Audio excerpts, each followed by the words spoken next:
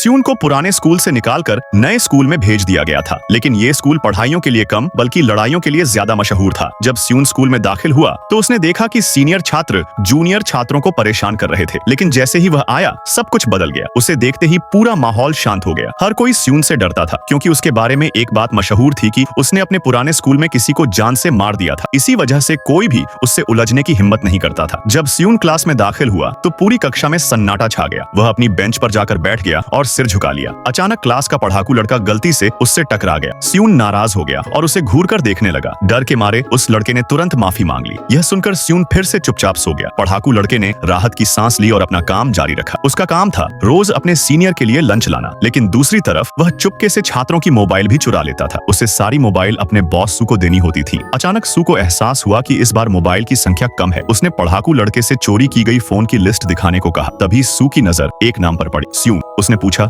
यह कौन है? पढ़ाकू लड़के ने जवाब दिया, वह नया छात्र स्यून है। वह बहुत खतरनाक है, इसलिए मैं उसकी मोबाइल चुराने की हिम्मत नहीं कर पाया। यह सुनते ही सू गुस्से में आ गया और उसे मारते हुए बोला, मुझे अभी उसकी मोबाइल चाहिए। पढ़ाकू लड़का बहुत डर गया और मान गया। वह क्लास में गया और टीचर से बोला, सर, सभी छात्रों की मोबाइल ले लूं। बिना किसी शक के टीचर ने उसे फोन से भरा बैग पकड़ा दिया। वह तुरंत बाथरूम चला गया। वह सोच रहा था कि क्या स्यून की मोबाइल चुराना सही होगा या नहीं, लेकिन आखिरकार उसने वही किया। दोपहर में वह वापस क्लास में आया और छात्रों की मोबाइल लौटा दी। लेकिन जब स्यून अपनी मोबाइल लेने आया तो उसे पता चला कि उसका मोबाइल गायब है। स्यून ने पूछा, मेरा मोबाइल कहाँ है? पढ़ाकू लड़के ने कहा, बैग में ही होगा, सही से देखो। स्यून बोला, वहाँ नहीं है। पढ़ाकू लड़का हैरान था और बोला, मुझे कुछ नहीं पता, मैंने तो टीचर से बैग लेकर सीधा यही आ रहा हूँ। तभी स्यून की नजर उस लड़के के घायल मुंह पर पड़ी। उसी पल वह समझ गया कि क्या हुआ है। स्यून तुरंत क्लास से बाहर चला गया। यह देखकर पढ़ाकू लड़का और भी डर गया। वह उसके पीछे दौड़ते हुए बोला, मुझे आपके फोन के लिए माफ कर दीजिए, अगर आप चाहें तो मैं नई मोबाइल खरीद दूंगा। लेकिन स्यून ने सिर्फ इतना कहा, मुझे सब कुछ पता है, और वह चला गया। यह सुनकर पढ़ाकू लड़के को अपने किए पर बहुत पछतावा हुआ। अगले दिन जब स्यून स्कूल पहुंचा तो उसने देखा कि सू पढ़ाकू लड़के को परेशान कर रहा है। तभी स्यून को सब कुछ याद आ गया। जब वह भी पुराने स्कूल में परेशान किया जाता था। उसने तुरंत अपनी पेन निकाली और फिर